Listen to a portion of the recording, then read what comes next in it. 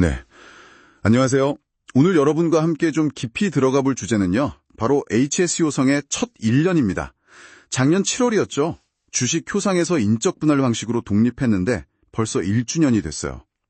이 회사가 지난 1년간 어땠는지, 또 조현상 부회장이 얘기했던 가치 경영은 잘 되고 있는지, 그리고 그 핵심 사업 매각 결정, 이건 정말 큰 뉴스였는데 그 배경은 뭔지 한번 살펴보겠습니다. 여러 기사들을 저희가 좀 꼼꼼히 봤습니다. 네, 안녕하세요. HS 효성, 사실 처음엔 좀 우려의 시선도 있었잖아요.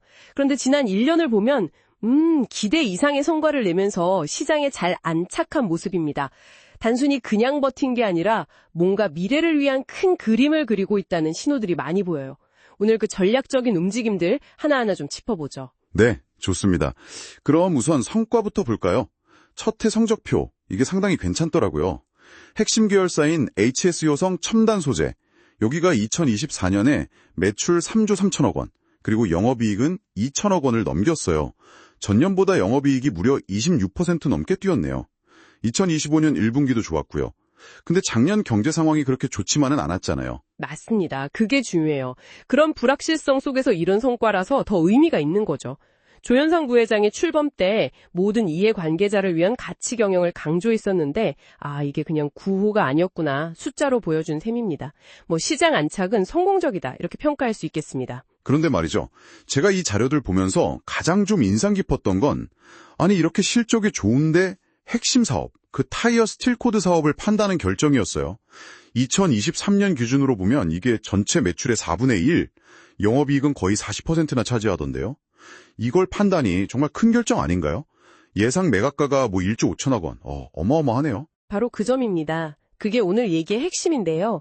지금 매각 절차가 한창이고 곧 우선 협상 대상자도 정해진다고 하죠.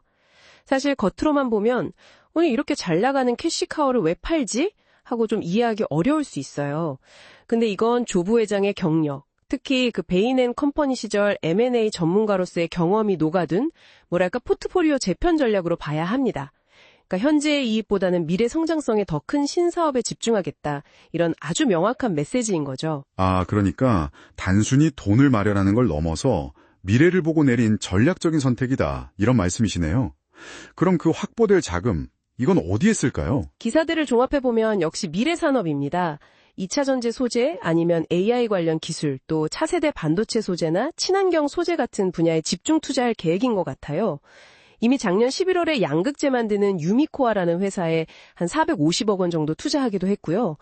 이번 매각 자금은 훨씬 더 큰 규모의 투자를 가능하게 하겠죠. 이런 과감한 결정을 내리는 조현상 부회장의 리더십, 이것도 좀 봐야 할 것 같은데요. M&A 전문가답게 직접 구조조정을 이끌고 미래전략실도 새로 만들고 조직 개편도 상당히 빠르게 진행했더라고요. 네, 내부 정비도 그렇고 외부 활동도 굉장히 활발합니다. 그 민간 외교관이라는 별명이 괜히 붙은 게 아니에요. 글로벌 네트워크가 상당히 탄탄하죠. 벌써 18년 전에 다보스 포럼에서 차세대 글로벌 리더로 뽑혔었고 작년 8월부터는 에이펙 기업인 자문위원회, 에이베키라고 하죠. 거기 의장도 맡고 있습니다. 이런 활동들이 그냥 얼굴 알리는 걸 넘어서 실제 신사업 기회를 찾는데 직접적으로 연결될 수 있다는 점에서 중요합니다. 그렇군요. 대외 활동도 활발하지만 동시에 내부적으로 풀어야 할 과제도 있잖아요. 그 지주사 요건 맞추는 거요? HS 효성 첨단 소재 지분을 계속 사들이고 있다면서요? 네, 맞아요. 지주회사가 되려면 상장 자회사 지분을 30% 이상 가져야 하거든요. 법적으로요. 근데 지금 한 24.82% 정도 확보했어요. 기한이 2028년까지니까 아직 시간은 좀 있는데 아마 스틸코드 매각 대금 일부가 이 지분 확보에도 쓰이지 않을까 싶습니다. 물론 동시에 기존 사업, 그 탄소섬유 탄섬이나 아라미드 섬유 알캑스 같은 첨단 소재 사업 경쟁력 강화에도 계속 투자하고 있고요. 이건 놓칠 수 없는 부분이니까요. 와, 정말 숨가쁘게 달려온 1년이네요. 신사업 투자 준비, 기존 사업 강화, 지주사 전환 준비까지. 게다가 앞으로 2년 안에 효성가와 완전히 계열 분리하는 것도 목표라고 하니 그럼 조단위 매각 자금이 딱 들어오면 이걸로 정말 큰 M&A를 추진할 수도 있겠다 이런 생각도 드는데요. 네, 충분히 가능한 시나리오죠. 특히 AI 분야에 대한 관심이 좀 커 보여요.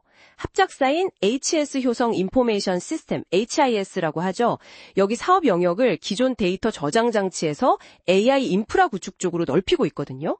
그리고 올해 초에는 조 부회장이 직접 샘 올트먼, 그 오픈 AI CEO랑 만나기도 했잖아요.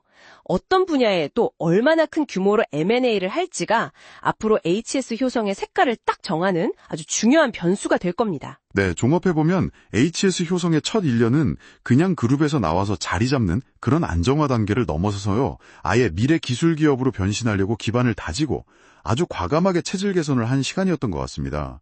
특히 그 핵심 캐시카우 매각 결정은 정말 상징적인 것 같아요. 이걸 지켜보는 게 중요하겠죠? 특히 그 막대한 자금, 이걸 어떻게 활용해서 새로운 성장 동력을 만들고 시너지를 낼 것인가, 이게 앞으로의 관전 포인트가 될 겁니다. 여러분께서도 이 부분을 좀 주목해서 보시면 재밌을 것 같습니다. 네, 정말 그러네요. 1조 원이 훌쩍 넘는 현금을 손에 쥐게 될 HS 효성. 과연 다음 M&A 타겟은 어떤 기업이 될지, 또 그 선택이 AI나 배터리 같은 첨단 산업의 판도를 혹시 바꿀 수도 있을지, 이런 상상을 해보는 것도 앞으로 HS 효성을 지켜보는 아주 흥미로운 포인트가 될 것 같습니다.